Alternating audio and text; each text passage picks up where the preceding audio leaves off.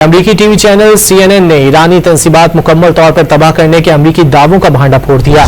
CNN ने इब्तिदाई intelligence report की बुनियाद पर दावा किया कि हमलों के जरिए बहुत बड़ी कामयाबी हासिल नहीं हुई, बल्कि ईरानी न्यूक्लियर प्रोग्राम को सिर्फ चंद माह पीछे धकेला जा सका है। उधर ट्रंप ने CNN के दावे मुस्तरद करते हुए उस पर गन फैलाने का इल्जाम लगा दिया। अमेरिका के ईरानी जौहरी तंसीबात पर हमलों के मामले पर नया मोड़ सामने आ गया। अमेरिकी टीवी चैनल CNN ने अमेरिकी डिफेंस इंटेलिजेंस की रिपोर्ट की बुनियाद पर अमेरिकी हुकाम के दावों का पोल खोल दिया।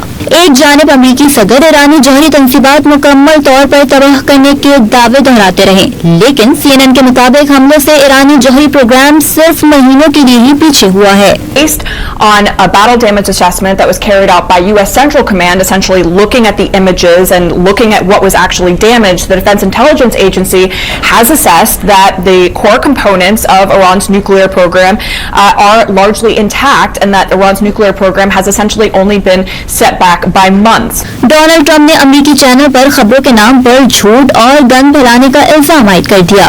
I think it's been completely demolished.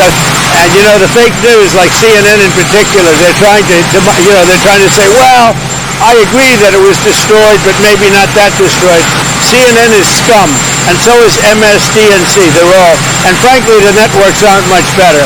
It's all fake news, but they should not have done that. अमेरिकी B-2 बमबार तैयारों ने 22 जून को ईरानी शहर फर्दो, नाटंज और इस्फहान में जौहरी तंसीबात पर बमबारी की थी, जिस पर ये अमेरिका की जानिब से इन साइट्स की मुकम्मल तबाही का दावा किया गया था।